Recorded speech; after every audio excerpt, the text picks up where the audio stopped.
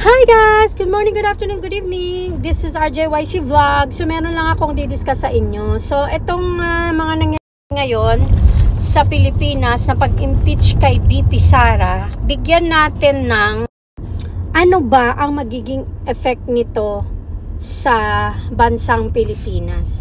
Gusto ko lang sanang imensahe mga nag-pirma para sa impeachment ni BP Sara is akala nyo ba is kawalan ni BP Sara kung siya ay matanggal sa kanyang posisyon bilang Vice President of the Philippines? I don't think so.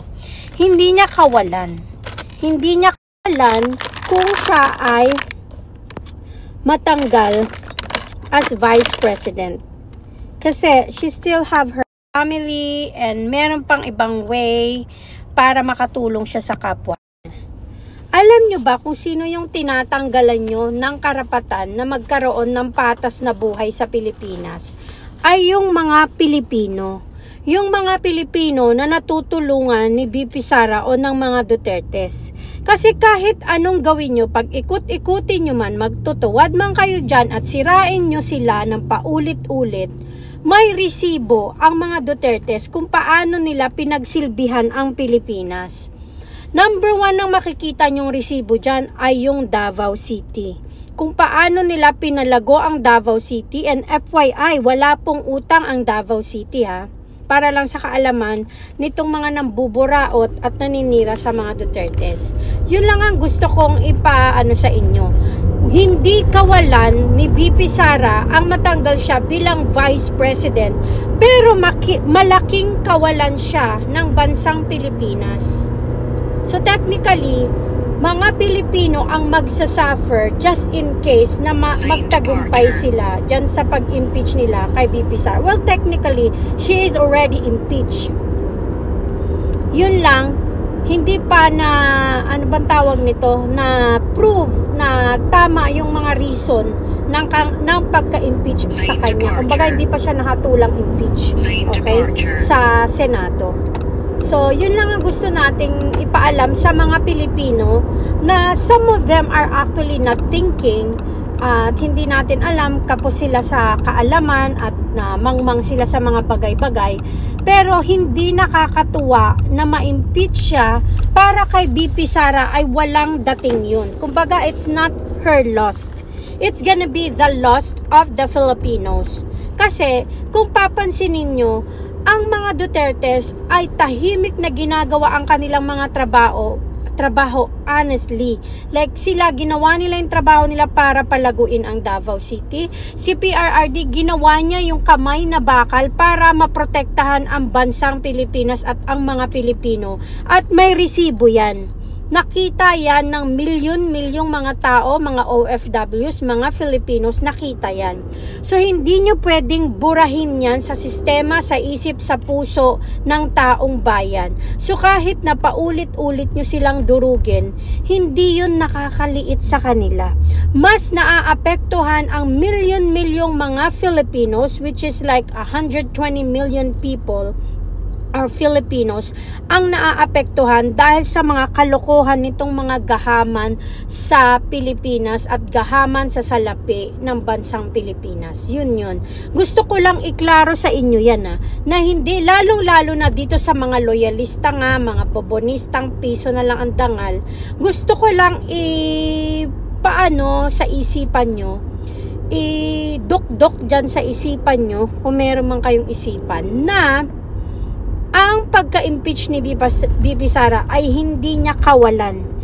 Ito ay magiging kawalan ng mga Pilipino dahil ang Dutertes lang ang totoong nagmamalasakit sa bansang Pilipinas at napatunayan na yan ng maraming beses at paulit-ulit na taon. Dahil kahit na anong paninira nyo sa mga Dutertes, hindi nyo mapapatunayan na sila ay mga korap. Dahil makikita nyo naman sa kanilang pamumuhay at nakita nyo naman na ang umunlad talaga ay ang Davao City at hindi ang mga Dutertes. Nakita nyo naman ang bahay ni PRRD, naging presidente naman na yan. Nakita nyo kung gaano kasimple ang buhay nila. So doon nyo makikita. Tapos tignan nyo itong mga nasa Congress, ang mga magnanakaw sa House of Representatives, sila yung mga may malalaking bahay, may magagarang sasakyan, may mga mamahaling bags and watches and mamahaling mga gamit. Sila yung merong resibo na magpapakita na talagang nangurakot sila dahil sa maikling panahon ng kanilang panunungkulan ay ang dami-dami na nilang ari-arian. Pansinin nyo, imulat nyo yung mga mata nyo na hindi ang Pilipino ang nakikinabang kapag natanggal ang mga Dutertes, kundi ang mga Pilipino ang kawawa. Hindi ang mga Dutertes, because they're okay. They're just helping the Filipinos para mabago ang buhay nila. Kumbaga nagsisilbi ang mga Dutertes sa mga Filipinos. At sa mga nagsilbi sa mga Pilipino, ang mga Dutertes lang ang naging honest talaga. Walang korupsyon. Sabihin nyo na sa kanilang nagmumura sila o meron silang mga ugali na hindi nyo nagugustuhan dahil yon sa mga kawatan. Dahil yun sa mga kriminal. Kung meron man silang minumura, yung mga kriminal yun ang dahilan kung bakit ganun sila.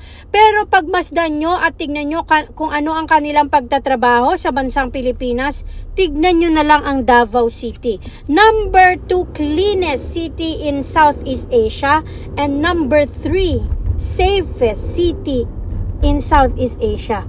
'Di ba? Nakita nyo ba yan? Kung ano ang nandyan sa resibo na yan, dyan mo makikita kung anong klaseng pamumuno meron sila. At sa Davao City mo lang makikita yan, sa buong Pilipinas, Davao City lang ang walang utang na kahit na ano. 7 years consecutive na wala silang utang dahil nagagawa nila yung totoong trabaho nila at pagsisilbi nila sa taong bayan. So yan lang ang gusto kong ipaunawa sa mga taong nagagalit sa mga Dutertes. Dahil kahit pagbalibaligtarin nyo man, kahit anong gawin nyo, apektado kayo sa ginagawa ng bangag admin na to. Dahil pare-parehas kayong lahat ng mga Pilipino dyan ay walang makain, nakakaranas ng mataas na bilihin, nakakaranas ng mataas na gasolina, at nakakaranas ng mga pagnanakaw ng mga nasa Kongreso. Walang pinipili yan, kay DDS ka man, o kay loyalista ka, o pinklawan, o yellow tie, walang pinipili yan. Lahat kayo ay damay sa kalokohan ng bangag administration. Yan lang ang gusto kong ipaunawa sa inyo. So sana magets nyo yan. Dahil yan ang katotohanang nangyayari sa bansang Pilipinas na hindi nakikita nitong mga nagbubulag-bulagan at nagtatanga-tangahan. Sana buksan nyo yung mga isip nyo na yan ang totoong nangyayari sa Pilipinas. Kayong mga Pilipino ang kawawa at hindi ang mga Dutertes. Kasi kung tapos na sila sa pagsisilbi sa bayan, they can still do and continue their life. Pero kayong mga Pilipino ay wala ng pag-asang umunlad pa kung ang mga mamamayan nyong nagsisilbi na mga politiko ay ninanakawan lang kayo ng paulit-ulit. Yun. Yan ang totoong reason kung bakit hindi kayo dapat natutuwa na nai-impeach o inaalipusta ang mga Dutertes. Dahil technically, Dutertes are ang simbolo ng mga mamamayang Pilipino na mahihirap. Dahil dyan yung makikita na ang simbolo na yan ay ang nilalait talaga nitong mga buwakaw na to, magnanakaw at mga salot sa bayan, ay ang mga maliliit na Pilipino. Yan lang ang gusto kong ipaunawa sa mga isip at puso nyo kung meron man kayo niyan. Okay? Okay. Nagkakaintindihan tayo, ha? Okay. Babush.